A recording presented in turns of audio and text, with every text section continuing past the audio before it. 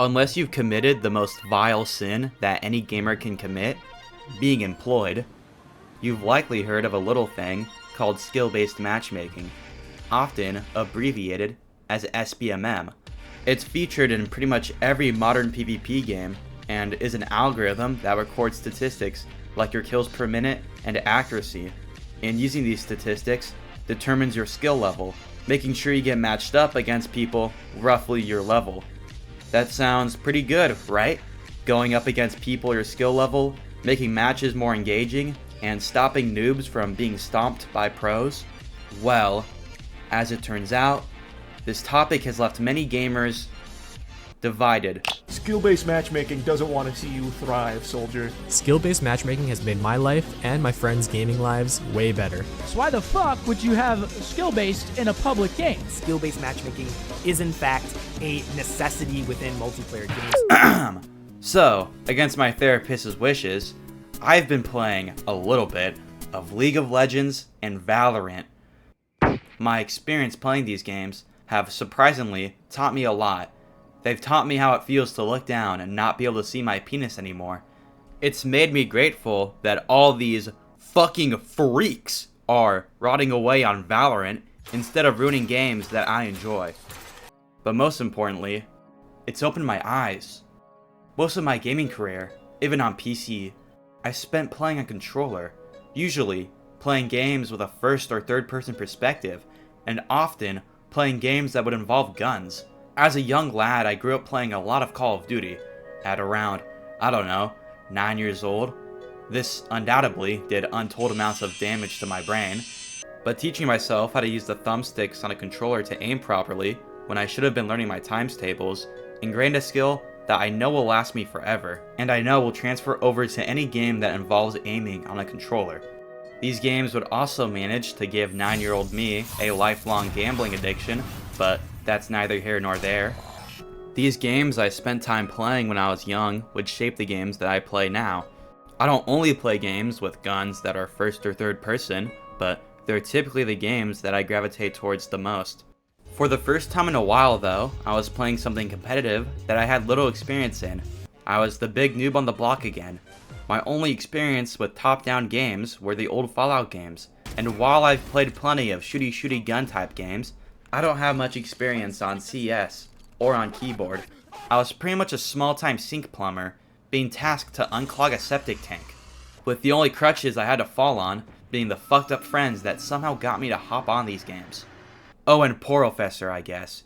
Yeah, for League, it's apparently recommended for you to install a whole outside client just to help you play. This shit is not a game, it's a lifestyle. At first, it was a struggle.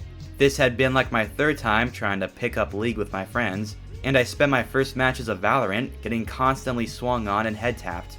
It was definitely a humbling experience, but after a while, and with the help of my buddies, I felt like I was actually able to play both games kinda decently. But still, I was definitely outside my league of games I usually play, and I could tell the matchmaking was holding back the hordes of experienced players from touching me. While I was busy playing these Guantanamo Bay torture methods, I had also been working on a video on skill-based matchmaking.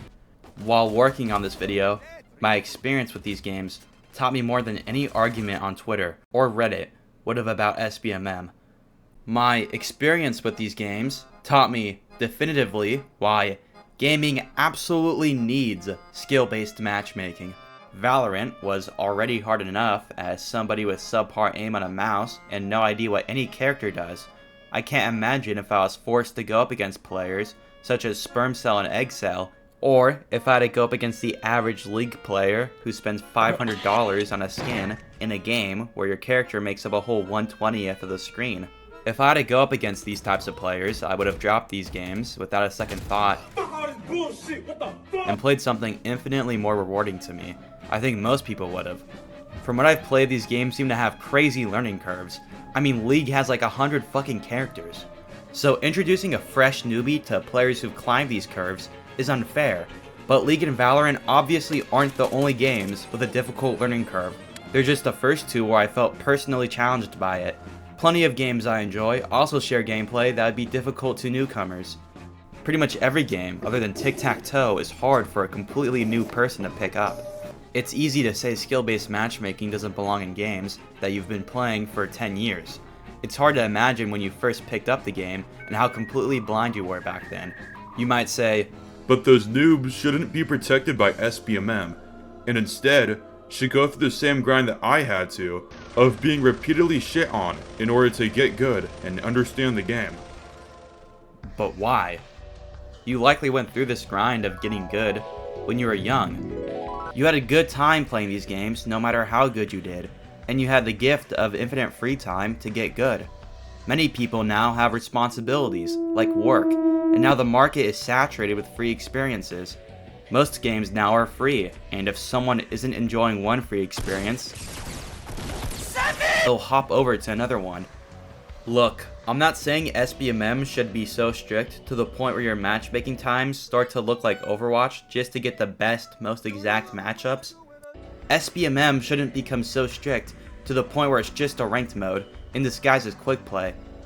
I support SBMM, but it shouldn't be overly nice to new players. As a new player, I'm not expecting to get a 2.0 KD and top leaderboard, or even middle leaderboard. I'm just expecting to have a time that doesn't feel excruciating to play. These points probably sound pretty obvious, so then why do people still bring up delusional arguments against SBMM, with some people literally calling you a bum just for liking it? While there's a few arguments that hold a little weight, most arguments boil down to pro players crying about games becoming too sweaty, because SBMM puts them against people their own skill, and they can't stomp on players playing on Xbox adaptive controllers anymore. But you see, I'd be lying if I just called them pro players. They're, more specifically, Call of Duty pro players. Out of any group of people, these guys are driven the most insane about SBMM. You look up SBMM and pretty much every single video or post is related to COD. So what? COD players are just the biggest crybabies? Big discovery. Well, what if I told you there's a plenty good reason why COD players say stupid shit like this? Just as playing League and Valorant taught me something about SBMM, so did revisiting Call of Duty. Now, I want you to think for a second. In most games you play, what is your number one goal? It is to win. Don't get me wrong, getting good stats is definitely great, but if your team's winning, then your stats are probably already pretty good. Completely stomping your opponent and getting a crazy kill-death ratio can be a good ego boost every once in a while, but too much of it can make it feel like you're playing a mobile game. In most games, the best matches are not the ones where you're stomping the enemy team, but instead are the ones that are down to the wire. The matches where everyone, or you and your opponent, are neck to neck, and any minute mistake, be it misusing an ult, not finishing a kill, or simply being too aggressive, could spell out victory or defeat. Shit in a bucket if you have to. That's how I can play Fortnite for so long without going to the bathroom. Because the only thing that matters in this entire world at that moment is the match. This importance on winning matches is the reason why so many people are attracted to ranked. Even though ranked usually doesn't take into account your personal stats, we do not care. People are fine with this. The victory is the most important thing. Now think, is this number one goal the same goal you have when you play Call of Duty? Fuck no! Your number one goal is to completely shit on little Timmies until you can call in an AC-130 so you can proceed to shit on them even harder. Winning is your secondary goal. In most other games, when you pop off like crazy but your team somehow still manages to lose, it feels like a punch to the gut. Well, you can't expect to win them all. Fuck you. But in Call of Duty, it's whatever. The focus is on yourself, stomping on the enemies as much as possible, not your team or your victory. This is why even good players don't really give a shit about ranked in COD. Instead, they'd rather play public matches to go up against easier players. So yeah, It's not really that surprising that Call of Duty players aren't exactly going to be the biggest fans when all of a sudden SBMM kicks them off their thrones and forces them to fight tooth and nail to get above a 1.0 KD. I mean, there's an entire core system in all these games in the form of score streaks, which rewards you for staying alive and getting kills, which becomes pretty hard to do when you're dying as often as you get a kill. These games function off the practice of selfishness and shitting on your enemy. If you're at the bottom of this food chain, you can either give up and disappoint your entire bloodline, or you can lock in until you become the one shitting on someone else. To put it simply, skill-based matchmaking does not work in Call of Duty. You remove the cycle of abuse that is key for Call of Duty to function, and replace it with something where everyone is having an equally mediocre time. When people on the internet argue about SBMM, they seem to forget that not every game functions the same. Just because skill-based matchmaking works in one game doesn't mean it will work in another. You can't say that since SBMM works in something like a fighting game, it should be in Call of Duty. These games, and what makes them enjoyable, are completely different. So how can Activision even fix this pickle they're in? SBMM doesn't work in COD, but it's not like they can just remove it either. Like I explained earlier, the gaming market today now has a ton of free options that a bad COD player can easily play instead. So what should Activision even do? Fuck, I don't know. Do I look like an Activision employee? God, I hope not. Well, okay, Activision has done something about this SBMM problem. Actually, a lot of game companies that aren't even really affected by this dilemma have done something about skill-based matchmaking. These companies have, how should I put this, increased its power. Supposedly. While skill-based matchmaking is a benefit to the majority of players, game companies don't put SBMM in their games because they care about their players. They put SBMM in their games because if players lose less, no longer having to fight sweats, they are more likely to keep playing and spend their sweet succulent doubloons on the item shop. SBMM was doing a good job at this, but AAA game companies, doing what they love to do best, wanted more money. So the great minds at Electronic Arts would work on a weapon to surpass SBMM, and what would arise would simply be known as engagement optimized matchmaking. Engagement optimized matchmaking, often abbreviated as EOMM, does not give a shit about how fair your matches are. It cares solely about keeping you engaged for as long as possible.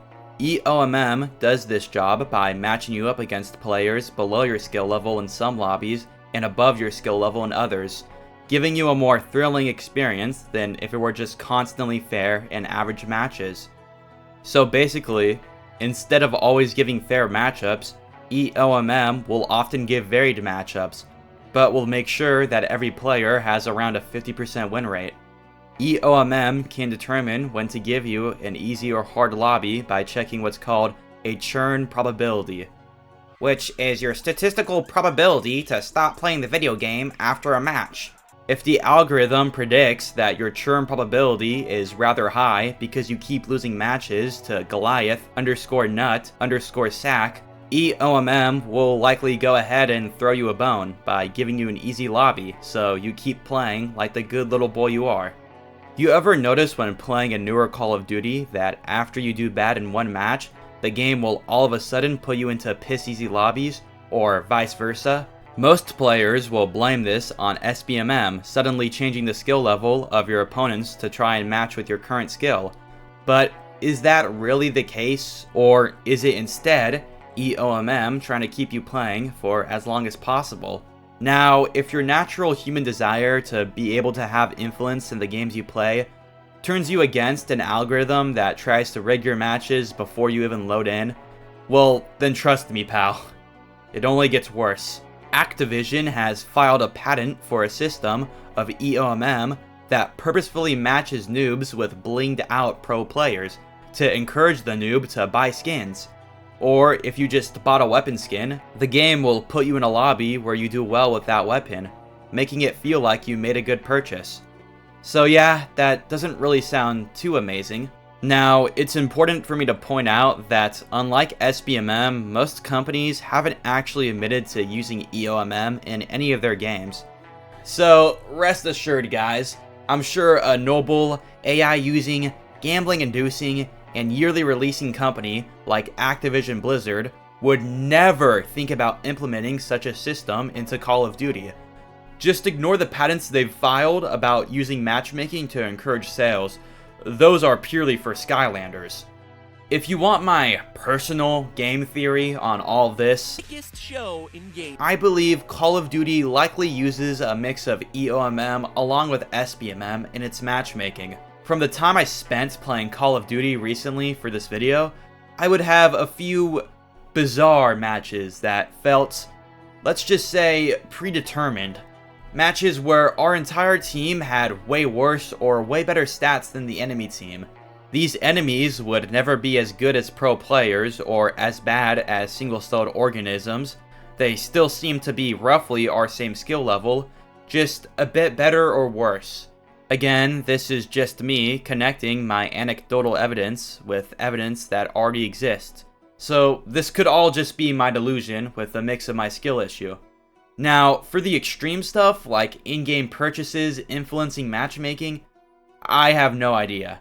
I mean, it's pretty hard to actually test something like that, and besides, I could use that money on better things. So, in conclusion, is SBMM a good thing for gaming? Yes. But does it belong in every single video game? No. Yeah, probably not. At least not at any extreme levels, and especially not with EOMM. Recently, Activision has actually released a paper with hard evidence that SBMM increases player retention, but I chose not to bring this up before because I really doubt Activision is solely using SBMM by itself. So yeah, that's it. Do you agree or disagree? Do you think that strong SBMM is actually a good thing for Call of Duty, or even that EOMM at some degrees is a good thing for gaming? Leave a comment below. I know this has been an upload schedule of doom and gloom, so I promise that my next upload will be out sometime sooner than this one. Peace.